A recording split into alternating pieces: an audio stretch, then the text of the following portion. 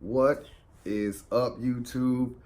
Welcome back to my channel. Today I wanted to give a review on Mayans season 1. Gotta say, Mayans season 1, 10 out of 10. That's just me even starting before I even start saying anything. It's a 10 out of 10. I love Mayans because although I'm gonna confess, although I haven't watched Sons of Anarchy, the whole thing, I only got to season 2, and I stopped watching it because, I had to watch other stuff.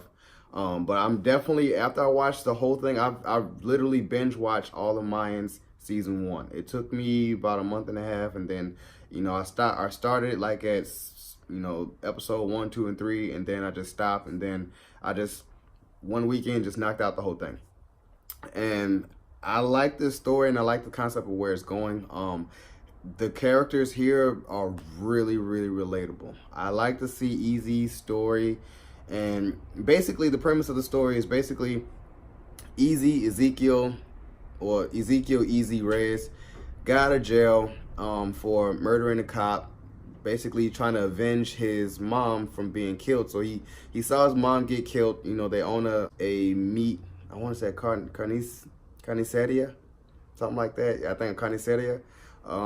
And his mom gets killed from an intruder trying to break in and, steal some cash or whatever, and the guy ends up killing his mom. So Ezekiel is just on the hunt for this guy who killed his mom. And Ezekiel is the good child of the family. He has an older brother, Angel. Angel's been in the Mayans MC for his pretty much his whole life, and you can tell he just went down a road of straight violence. And so Ezekiel was that kid that graduated from high school. He was about to go to Stanford. He was just like a real good kid, and he ends up trying to find this guy one night, and he's chasing him, and he gets a gun from his brother, and he chases the guy, and after all that happens, a cop starts following him and whatever, and then he ends up accidentally shooting the cop, and it kills him.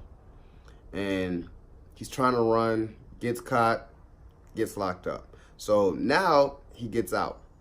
And interesting truth, I thought he was just getting out because he just getting out. But they were just like, yeah, dude, you're a cop killer. How many cop killers get out of jail, after a span of 4 or 5 years? Not one. Cop killers remain in jail for pretty much forever. Like, you're a cop killer. So now we find out that, now he's a prospect for the Mayans because his brother got him in, vouched for him to get into the Mayans MC. And this starts off, this is like, man, you just start off day one, what the Mayans is all about. And I know in the Sons of Anarchy, the Mayans was Sons of Anarchy's all-time rival because they was always feuding. I guess at the end of Sons of Anarchy, they became allies, and I feel like they should, like they both motorcycle clubs, but I get it, it's California motorcycle clubs, but it's all fictional.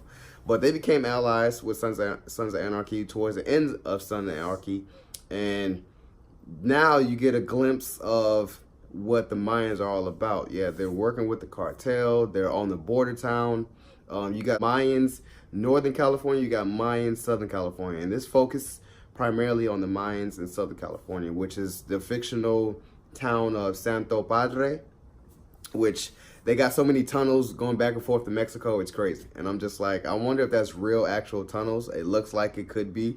It looks real dope. Yeah, and then you just get to see the life of the Mayans MC Club, and then how Easy is, how he gets out. He's working with the DEA. He has to find some, basically infiltrate the Mayans because the Mayans are working directly with Caliendo, which is the cartel.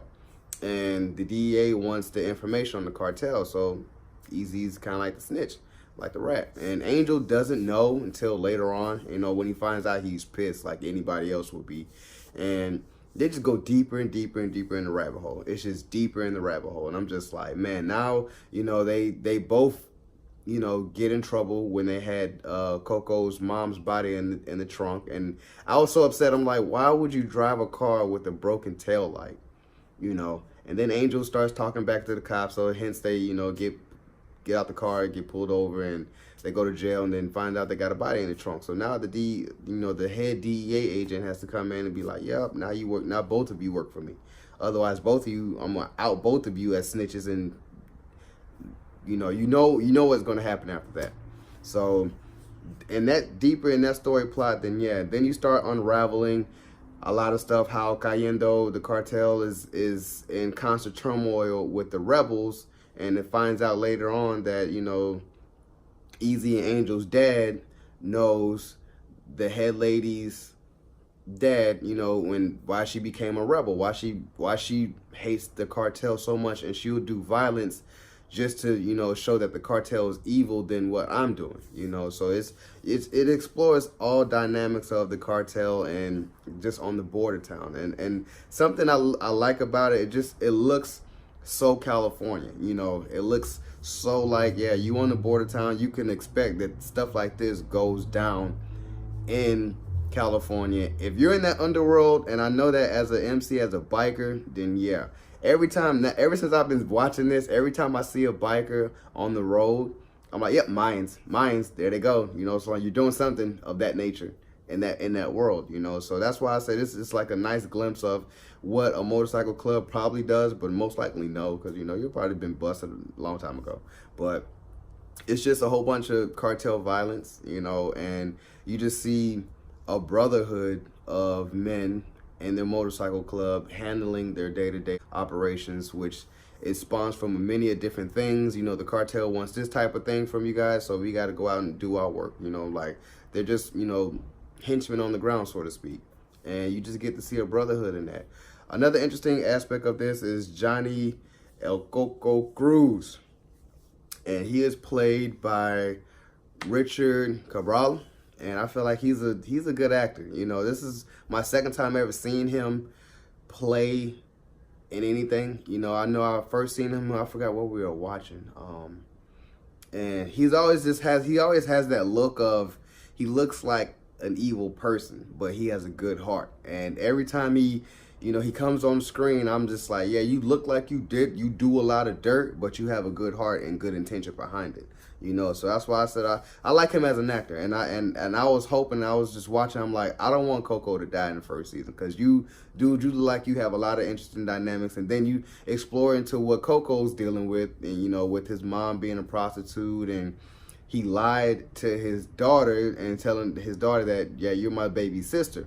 Because his baby sister, he finds out, it's like, oh yeah, you're doing porn, on the internet, and you're like underage, and selling to the dark web. Like, dude, what are you doing? Like, so he tracks her down, and then mom finally came out, was like, man, that's not even much your big brother, that's your dad. But he don't want to say nothing, because he's basically just, you're a fuck up. He's just a fuck up, and he's like, yeah, it's just dark, tormented type of family that he just like, yeah, I don't want to be involved in what you're doing. So yeah, I like to see that dynamic. Then you start seeing that, his daughter she's on a crazy path too. She'd already killed one person, and now he feel like he has to protect her. So I want to see where that dynamic goes. Padrino became Caliendo's right-hand man, his advisor, since he killed Devante, at the end. And, because the whole season, Padrino is kind of like, and I seen him in Sons of Anarchy. I could tell he did his dirt in Sons of Anarchy. And then this one, he's like, I can kind of hang it up, So now he's a trusted advisor for Caliendo, for Miguel, and in the cartel. And at the end of that, he was like, yeah, I'm ready to hang it up. And then after Easy and Angel do their deed, which is kill their DEA cousin, for about the whistleblow, the DEA agent was like, yeah, now you're free to go. You're not a rat. We don't have any record of you doing anything. But you do owe me one, because you killed another DEA agent. Angel was like, dude, after we do this deed, you're free to go. Get out of town. Leave the motorcycle club. Get out. Just leave. And at the end, Easy is like, I'm not leaving. I'm staying here.